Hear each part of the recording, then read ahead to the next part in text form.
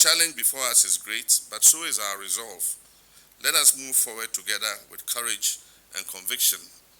Let us reset Ghana not with words but with action.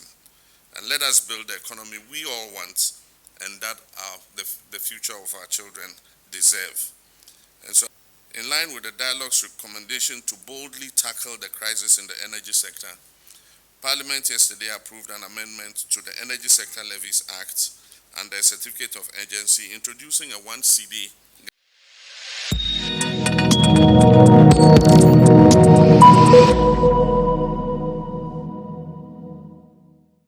Ministers of State, members of the National Dialogue Planning Committee, honorable members of Parliament, senior government officials, representatives of organized labor, employers, the media, distinguished guests, ladies and gentlemen. It is with deep appreciation and a strong sense of national responsibility that I welcome you all to the presidency this afternoon for the formal presentation of the National Economic Dialogue Final Report. This initiative, which was launched 3 months ago under the theme Resetting Ghana, Building the Economy We Want Together, was conceived as a call to action and a platform for consensus building, realism, and reform. This occasion is significant because it concludes a far-reaching national conversation on our economic future and begins a new phase of implementation rooted in our collective insight and our shared commitment. Let me begin by commending first the Planning Committee and also commending all stakeholders, public institutions, the private sector, trade unions, think tanks, civil society organizations, youth leaders, academia, and our international partners who participated in the dialogue process with candor, technical depth, and a sense of patriotism. Your contributions to the success of the dialogue have been invaluable. When we initiated this dialogue, we were under no illusion about the gravity of the economic crisis we had inherited. Record debt, runaway inflation, high unemployment, and a complete loss of confidence in the economy's governance. The dialogue was therefore not an academic exercise. It was a necessary intervention in order to achieve our agenda to reset. The final report presented today reflects a broad consensus on what needs to be done to stabilize our economy, restore investor confidence, and put our country on a path of inclusive and resilient growth. It offers practical homegrown policy solutions across 10 priority areas, and I want to share briefly how your government is already responding. And the first is restoring fiscal discipline. One of the dialogue's most precise conclusions is that we cannot rebuild confidence in our economy without restoring fiscal discipline and eliminating structural inefficiencies. We have therefore swiftly amended the Public Financial Management Act to introduce a binding debt ceiling aimed at reducing Ghana's debt to GDP ratio to no more than 45% by 2028.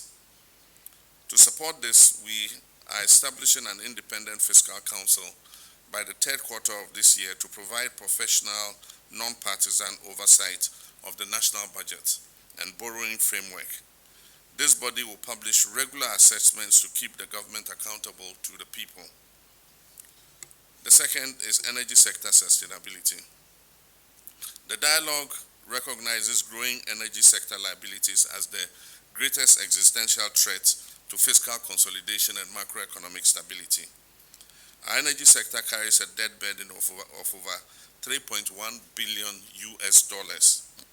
with an estimated $1.8 billion more required to finance fuel procurements for uninterrupted thermal power generation in the coming months. If left unaddressed, this situation significantly threatens national productivity and industrial growth. While we have devised a strategy to liquidate this debt and staunch the bleeding in the power sector, we must take advantage of recent gains created by appreciation in the value of our currency to accelerate the solution to our energy sector challenges. In line with the dialogue's recommendation to boldly tackle the crisis in the energy sector, Parliament yesterday approved an amendment to the Energy Sector Levies Act and the Certificate of Urgency, introducing a 1 cedi, Ghana cedi, increase in the energy sector recovery levy. This decision, though difficult, is necessary and justifiable. The additional revenue projected is 5.7 billion cedis annually.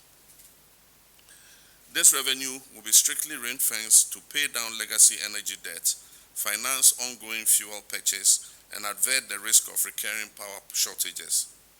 Funds from this levy will not be subject to the hazards of the consolidated fund.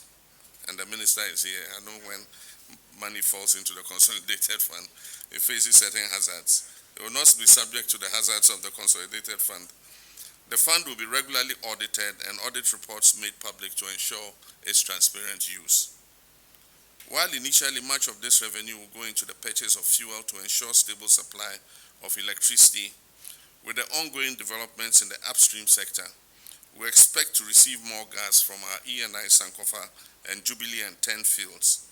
With also the assurance of additional gas through the West African gas pipeline, we expect to substantially reduce the use of liquid fuels in our energy mix. At that stage, the resources generated by this increased levy will be channeled to pay down accumulated legacy debts in the power sector. With the recent gains in macro stability and strengthening of the Ghanaian cedi, this levy is not expected to result in any immediate fuel price increases at the pump. We are fully aware of the burden this will place on households and businesses, but I want to assure Ghanaians that this decision was not taken lightly. Furthermore, the government will continue working to reduce systemic inefficiencies in the energy procurement and distribution sectors, while enhancing targeted social interventions for vulnerable groups. Reforming the tax system for growth and fairness. Another central recommendation of the dialogue was to reform Ghana's overcomplicated distortionary tax regime, which has become both a disincentive to investment and a burden on the ordinary citizen. Accordingly, the government has moved to repeal 4 punitive and counterproductive taxes within the first 90 days of this administration. The electronic transfer levy, which was known as the e-levy tax, the emissions levy, and the betting tax. Additionally, we're undertaking a comprehensive rationalization of the VAT regime to remove cascading effects and restore predictability and fairness in VAT taxes. After stakeholder consultation and parliamentary review, these changes will take effect from September 2025. Our goal is to have a leaner, simpler, pro-business tax framework that supports growth and compliance. Reviving the productive economy. The dialogue reaffirmed that no nation has ever taxed or borrowed its way to prosperity. Therefore, we must refocus national development around production, exports, and value addition. To this end, we're rolling out our flagship 24-hour economy program, targeting agro-processing, logistics, manufacturing, pharmaceuticals, healthcare, and public safety sectors. Firms operating in second or third shifts will benefit from fiscal incentives, utility discounts, and labor support schemes. This approach will help us expand job opportunities, reduce youth unemployment, and increase output with significant new capital outlay. We are repositioning the Ghana Export Promotion Authority to lead the implementation of a new accelerated export development strategy aimed at raising non-traditional exports to $10 billion by 2028. Export zones, port automation, and trade facilitation reforms are being aligned with this goal. Addressing structural constraints and labor market realities. Ladies and gentlemen, the dialogue made it clear that Ghana's crisis is not just fiscal, but also structural. We face a mismatch between our educational outcomes and our labor market needs, inefficiencies in public service delivery, and weak coordination between central and local governments. The government is therefore finalizing a public sector productivity and reform strategy to be launched in January 2026. This strategy will rationalize state institutions, reduce duplication, digitize operations, and improve service delivery standards. Through the National Skills Development Authority, we shall align tertiary and technical education with Ghana's industrial and service sector priorities. Young people must be trained for the job markets of today and tomorrow, not the job titles of the past. A new era of accountable economic governance. The dialogue also called for a reset in how we govern the economy, not just in terms of policies implemented, but also in terms of how we ensure transparency and accountability. To this end, I've directed that the Ministry of Finance and National Development Planning Commissions must issue biannual public reports on the implementation status of all significant recommendations made in the National Economic Dialogue Report. Furthermore, we'll institutionalize multi-stakeholder review of our medium-term development plans and strengthen parliamentary oversight over public spending through enhanced audit and disclosure mechanisms. And I think on this stage I take Anchorage Mariamson's suggestion on board that we hold an annual review of the implementation of the dialogue. Fellow citizens, the final report of the National Economic Dialogue is more than just a policy document. It is a covenant between government and the governed, between evidence and action, and between vision and results. We ask Ghanaians to trust this process, and you did. Today, I reaffirm our end of the commitment.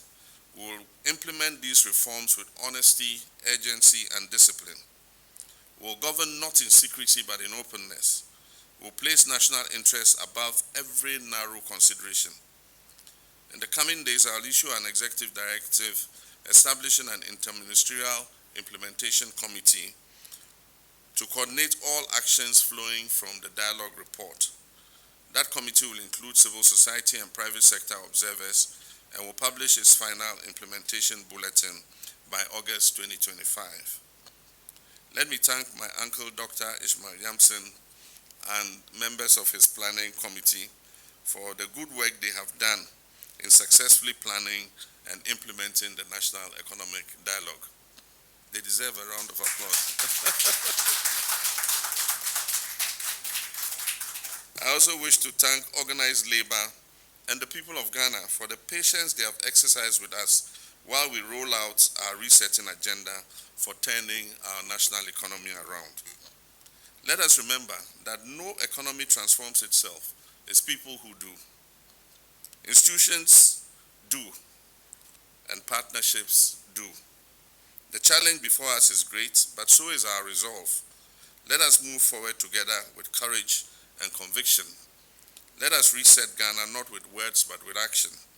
And let us build the economy we all want and that the future of our children deserve.